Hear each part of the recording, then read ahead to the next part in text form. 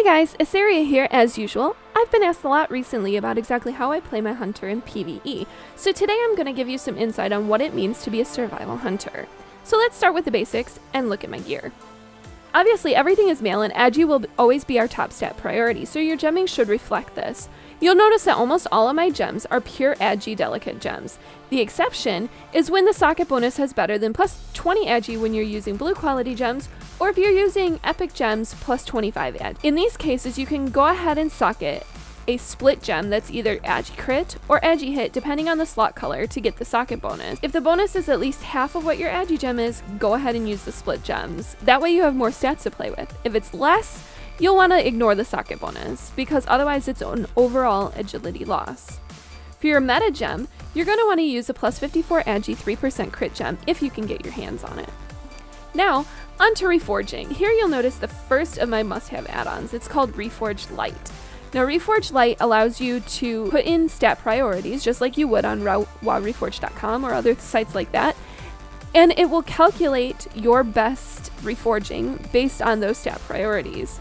It also has preset priority stats for pretty much every spec and class, and I believe it goes with the elitist strict recommendations for the most part. So once you get your preset in there, the only thing I recommend changing for a survival hunter is changing crit to 180 crit and haste to 100. This gives you a little more priority on crit over everything else and puts haste as the least important, which it is right now. After you get that, you can hit calculate and it will calculate your reforge, and then you can click show and it'll show what you need to reforge to change to whatever this is. Once you get that, it'll show you the cost, and you can also just hit reforge and it'll reforge you exactly to what this is. If you don't like these stats, like this one is showing a little more haste than what I would want, you can hit calculate again and it'll bring it down to the best numbers. So if I hit show here, you'll notice that every single one of these things is checked. I'm not able to hit the reforge button. That's because I am already optimally reforged. But if you hit that button, it'll go through and automatically reforge every piece that needs it. Okay, so now that your gear is optimized, let's talk spec for a minute. There is some great talk about spec on elitiststrix.com, which will allow you to find the right balance of points for a survival spec. I have my spec displayed here, but if you have any further questions about why I put things where, do not hesitate to comment and I'll answer either in the comment section or in a future video. The other thing you need to think about it as a hunter before you can even start to DPS is what pet to use. In general, a ferocity pet will be the best for raid DPS, and now that they've normalized pet DPS, there isn't a clear type of pet to use, like Ravager over Cat, for example, but be mindful of your raid. Hunters can provide a lot of different buffs depending on the needs of your specific raid group.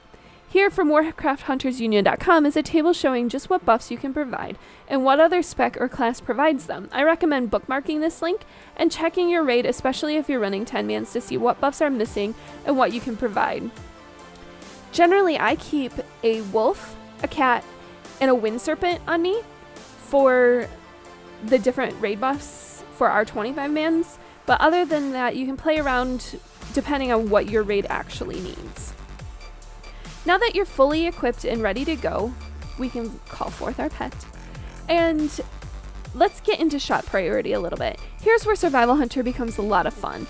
Of course, at the very beginning of every fight, if possible, you're going to want to perform a Hunter's Mark, as we don't have the marked for death talent. Also, to maximize DPS, you're going to want to pre-pot, which means to hit a potion of Tol'vir just before the pull so that you can hit another one during the fight. Now, to do this, our tanks normally count down pulling the boss in 3, 2, 1, and then you can pre-pot right before the tank makes the pull. For the most part in Dragon Soul, you can also hit rapid fire at the very beginning of the fight on the pull, but if you have questions about specific cases where it's better to save it, like on Heroic Spine of Deathwing or Heroic Yorsage, go ahead and comment or whisper me in game and I'll give you some more insight into that. I also have my Call of the Wild pet proc macroed into my rapid fire spec to maximize the DPS during rapid fire situations, and if you want that macro, I will post that in the information of this video. So basically what you're going to want to do is target the training dummy, hit your Hunter's Mark, make sure your pet is on assist, then you can pre-pot, you can hit your cooldown, and then you're going to apply Serpent Sting, you're going to apply Black Arrow, apply Explosive Shot. Now here's the case where you have to make a decision. You can hit Cobra Shots, and then hit Explosive Shot again, but you have to watch your focus bar. If it gets too close to capped, you're going to have a DPS loss. So what you want to do is concentrate on getting your Cobra shots when you need them and your arcane shots when you need them. If you want to focus dump, use arcane shot. If you want to focus regen, you hit Cobra shot.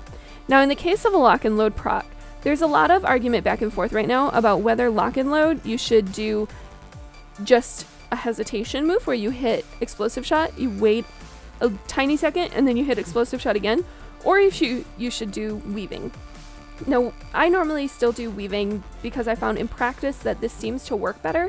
And when I talk about weaving, I mean hitting explosive shot, then hitting arcane shot, and then explosive shot, arcane shot, explosive shot until the lock and load proc's gone, or hitting a Cobra shot in there if I need to.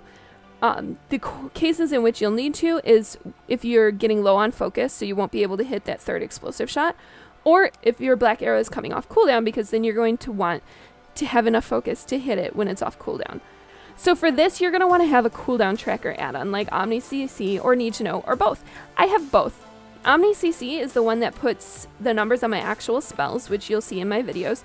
And Need to Know are these little timers that pop up that can track internal cooldowns of things like Chrono Hunter, the tier 13 4-piece bonus, or my rapid fire cooldown, so I know that it's getting close to coming off cooldown. The basic idea is to apply Serpent Sting, Cobra Shot, and Black Arrow, and then hit Cobra Shot a few times to get some more focus, and then you hit your explosive shot again.